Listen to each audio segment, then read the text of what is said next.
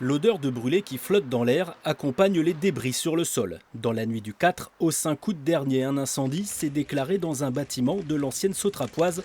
À quelques mètres de là, les migrants présents sur le site assistent à la scène. Brusquement, on a vu encore des feux là. Quand on a vu les feux là, et puis, parce que premièrement, moi-même, j'avais les téléphones, j'avais appelé la police, j'avais appelé les pompiers.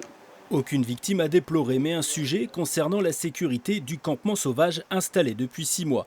L'association Solidarité Migrants Beauvais dénonce l'inaction des services de l'État. La préfecture et le préfet ne font pas leur travail. Ce sont quasiment tous des demandeurs d'asile.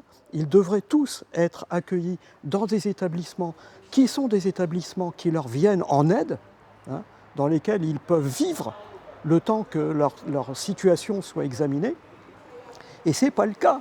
À l'hôtel de ville, l'incendie du début de semaine est venu épaissir le dossier déjà chargé de l'ex-Sautrapoise. Depuis plusieurs mois, le maire demande à la préfecture de l'Oise et au ministère de l'Intérieur de reloger dignement ces demandeurs d'asile, sans grand succès.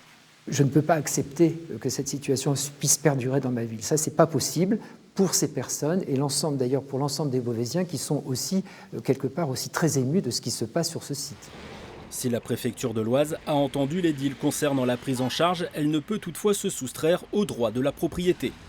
La préfecture de l'Oise a contacté très tôt le propriétaire pour que celui-ci engage une action en justice afin de pouvoir procéder à l'expulsion puis à la mise en sécurité du site. La procédure est en cours. Une procédure en cours pour la deuxième fois.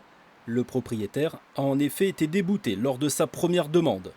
Et malheureusement, cette demande qui est déposée au mois de mai a été rejetée au mois de juin pour nous contraindre à mettre en place un minimum d'identification de ces personnes, donc passer par un commissaire de justice qui doit venir sur place essayer de récupérer les noms. Une identification difficile en raison des nombreux départs et arrivées à l'intérieur du camp. En attendant, Franck Pia va saisir l'agence régionale de santé pour faire reconnaître l'état d'insalubrité irrémédiable de l'ancienne entreprise.